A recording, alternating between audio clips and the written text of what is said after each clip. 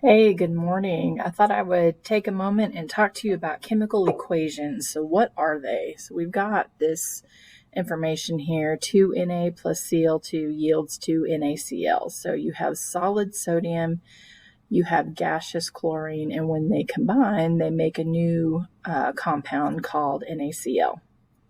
So physical change, a change in matter that does not produce any new products. So that would be like tearing a piece of paper.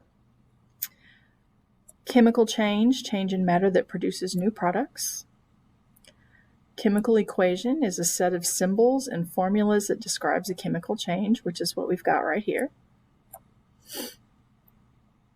Reactant, a substance that takes part in a chemical reaction change. So the reactant is always on the opposite side of the arrow.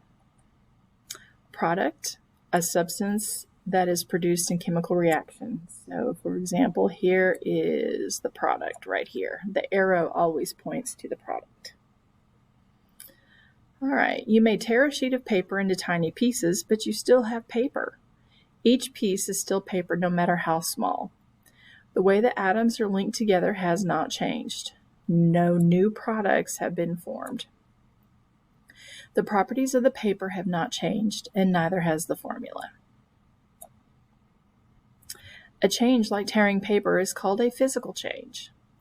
In a physical change, only the appearance of a substance changes. The chemical makeup does not. So what happens when you burn paper? You no longer have paper. Paper in a compound made mostly of carbon and hydrogen. When paper burns, it links up with the oxygen in the air, and three products form: ash, water, and carbon dioxide. When paper burns, there is a change in the way atoms link together. New products form. Properties change.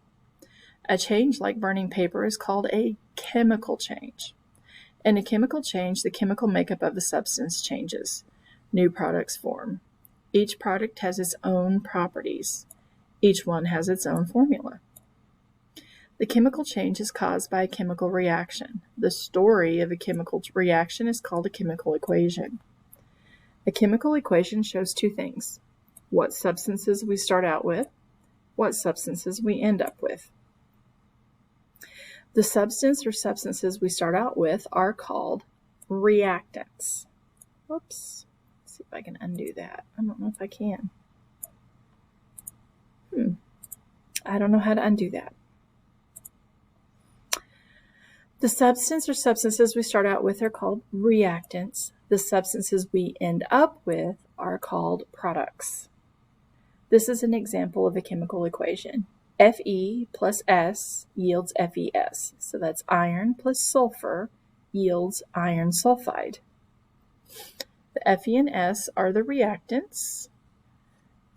The FeS, the iron sulfide, is the product. The arrow means yields. The properties of iron sulfide are different from those of iron or sulfur. Table salt is also called sodium chloride. It is a white solid. Your body contains this salt. It is necessary for life. Sodium, Na, is a very dangerous solid. It can explode in water. Swallowing sodium can cause death. Chlorine is a deadly greenish yellow gas. If you inhale enough of this gas, it could be fatal. That means you die. Table salt can be melted. If an electric current passes through melted sodium, a chemical reaction takes place. This is the chemical equation for this reaction. And then you have some questions that you'll answer in your Go formative. Let me know what questions you have, and I will see you shortly in Google Meet.